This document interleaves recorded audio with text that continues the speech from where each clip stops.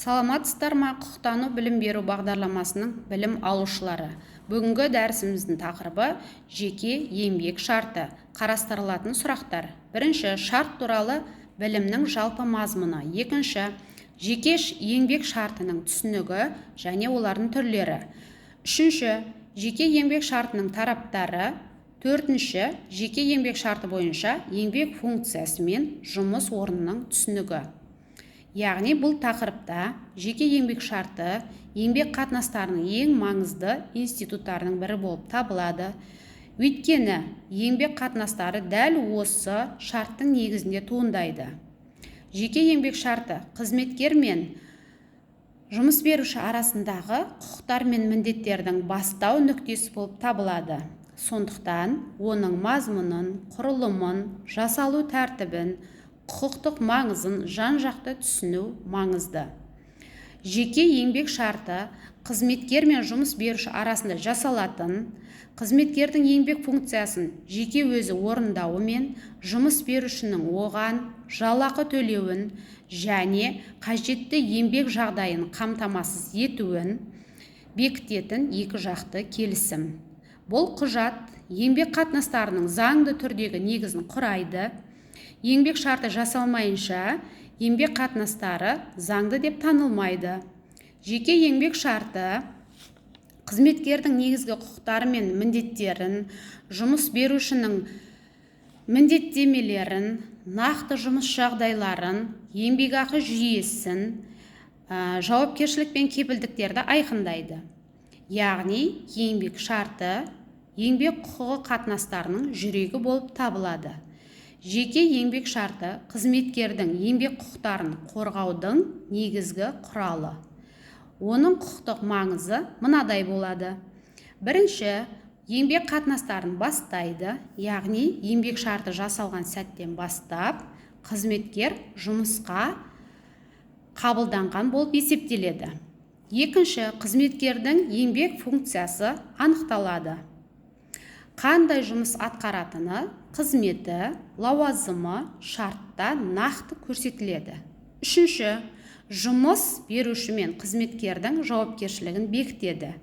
Төртінші, жұмыс уақыты, демалыс уақыты, еңбекақы жүйесі реттеледі.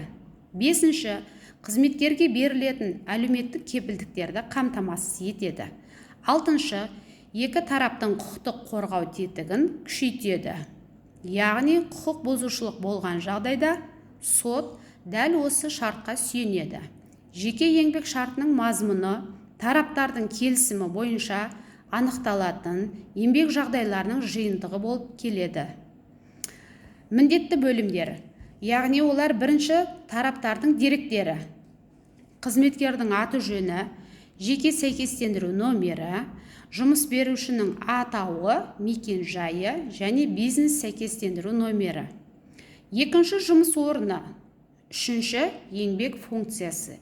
Яғни қызметкер атқаратын жұмысын нақты түрі жазылады. Мамандығы, кәсібі, біліктілік деңгейі және лауазымы. Төртінші, еңбекақы мөлшері және төлеу тәртібі. Бесінші, жұмыс уақыты мен демалыс уақыты. Алтыншы, еңбек қауіпсіздігі жағдайлары. Жетінші, шарттың мерзімі. Сегізінші, тараптардың құқықтары мен міндеттері және қосымша бөлімдері. Қосымша бөлімдерге әлеуметтік пакет, үстемақылар мен сыйақылар, қызметкердің материалдық жауапкершілігі, сынақ мерзімі, құпия ақпаратты сақтау, қашықтықтан жұмыс істеу ерекшеліктері жатады. Жұмыс беруші қызметкерге заңдағы минималды кепілдіктерден төмен жағдай қоя алмайды. Жеке еңбек шарты төмендегі түрлерге жасалады. Бірінші, белгіленбеген мерзімге жасалған еңбек шарты.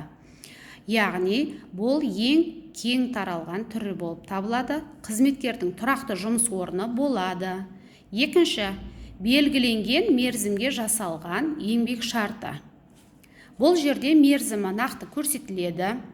Жобалық жұмысы, уақытша ауыстыру, маусымдық жұмыс белгілі бір қызметтік жобаның аяқталуына дейін көрсетіледі. Үшінші, қашықтықтан жұмыс істеу шарты. Төртінші, ішінара жұмыс уақытына арналған шарт. Бесінші, азаматтық құқықтық шарттардан айырмашылығы. Яғни, азаматтық құқықтық шартта жұмыс істеуге байланысты болуы мүмкін. Мысалы, мердігерлік шарт, қызмет көрсету шарты. Яғни, бұлар бірақ еңбек шарты. Еңбек тәртібін міндеттейді, жұмыс беруші қауіпсіздік үшін жауап береді, қызметкер штатта болады. Яғни, бұл екеуін шатастыруға болмайды. Жеке еңбек шартын жасаудың тәртібі. Еңбек шарты жазбаша түрде 2 данада жасалады. Жасалу кезеңдері. Бірінші, жұмысқа қабылдау туралы өтініш. Екінші, талап етілетін құжаттарды тапсыру. Яғни, олар жеке куәлік, еңбек кітапшасы, білім туралы құжат, медициналық анықтама. Кейбір мамандықтар үшін қосымша сертификаттар сұралады. Үшінші, шарттың мәнін келісу, немесе мәтінін келісу болып табылады. Төртінші, шартқа қол қою. Бесінші, жұмысқа қабылдау туралы бұйрық шығару. Алтыншы, жеке деректерді тіркеу. Жетінші, қызметкерді жұмыс орнына таныстыру, яғни еңбек қауіпсіздігі, ішкі еңбек тәртібі, лауазымдық нұсқаулық осыларменен таныстырылады. Еңбек шартына қол қойылмай тұрып, қызметкерді жұмысқа жіберуге болмайды. Қызметкер мен жұмыс берушінің құқықтары мен міндеттері, яғни қызметкердің құқықтары, еңбек жағдайларының қауіпсіз болуын талап ету, біліктілікті арттыру, еңбек ақыны уақытылы алу, демалысқа шығу, ұжымдық шартқа қатысу, кәсіподаққа кіру, еңбек дауларын шешу. Келесі, қызметкердің міндеттері. Еңбек тәртібін сақтау, жұмысты сапалы орындау, нұсқаулықтарды сақтау, жұмыс орындағы мүлікке ұқыпты қарау. Және жұмыс берушінің құқықтары. Қызметкерден еңбек міндеттерін орындауды талап ету, ынталандыру шараларын қолдану, тәртіптік жаза қолдану. Жұмыс берушінің міндеттері. Қауіпсіз еңбек жағдайын қамтамасыз ету, еңбекақы уақытында төлеу, қызметкерді қажетті құралдармен қамтамасыз ету, еңбек заңнамасын сақтау. Жеке еңбек шартының өзгерістер енгізуге болады, және олар екі тараптың келісімімен, қосымша келісім арқылы жүзеге асады. Өзгерілетін тараулар бұлар жалақы, лауазым жағынан, жұмыс уақыты жағынан, жұмыс орны, әлеуметтік пакет және жауапкершілік жағынан өзгерістер енгізуге болады. Жұмыс беруші бір жақты өзгеріс енгізе алмайды, тек ерекше жағдайларда ғана заңға сәйкес ескерту арқылы өзгерістер жасалады. Еңбек шарты төмендегі жағдайларда тоқтатылады. Бірінші, ол тараптардың келісімі арқылы, яғни екі жақ келіссе кез келген уақытта. Екінші, мерзімнің аяқталуына байланысты белгіленген мерзімге жасалған шарттың аяқталуы. Үшінші, қызметкердің бастамасы бойынша алдын ала ескерту арқылы құрметті себептер бойынша өтінішсіз. Төртінші түрі, жұмыс берушінің бастамасы бойынша, яғни мына жағдайларда. Штаттың қысқаруы, қызметкердің жұмысқа жарамсыздығы, тәртіптік теріс қылық, кәсіпорынның таратылуы. Яғни бұл уақытта жұмыс беруші қызметкерді заңсыз жұмыстан босатса, қызметкер сотқа жүгіне алады. Бесінші, тараптардың еңбек шарты бойынша міндеттемелерді орындамауы мүмкін болмауы. Алтыншы түрі бұл заңда көзделген өзге негіздер. Еңбек шарты бойынша жауапкершілік екі түрге бөлінеді. Бірінші тәртіптік жауапкершілік, екінші материалдық жауапкершілік.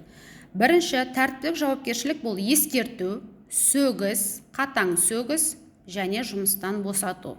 Екінші материалдық жауапкершілік бұл келтірілген зиянды өтеу, қызметкердің кінәсі дәлелденген жағдайда ғана қолданылады. Жұмыс берушінің материалдық жауапкершілігі де бар, яғни жарақат, зиян келтіру, құжаттарды кеш беру және тағы басқалар болып табылады. Жеке еңбек шартының ерекшеліктері. Бірінші, шарт қызметкерлердің жеке еңбегіне негізделеді. Яғни, еңбек міндетін ешкімнің орнына орындауға болмайды. Екінші, қызметкер еңбек тәртібіне бағынады. Бұл азаматтық шарттардан айырмашылығын көрсетеді. Үшінші, қауіпсіздік шараларын қамтамасыз ету міндеті. Бұл жерде жұмыс берушінің ауыр жауапкершілігі бар. Және төртінші, қызметкердің құқықтарын қорғау кепілдіктері жоғары орынға қойылады. Қазақстанның еңбек заңнамасы әлеуметтік қорғауды басты орынға қояды.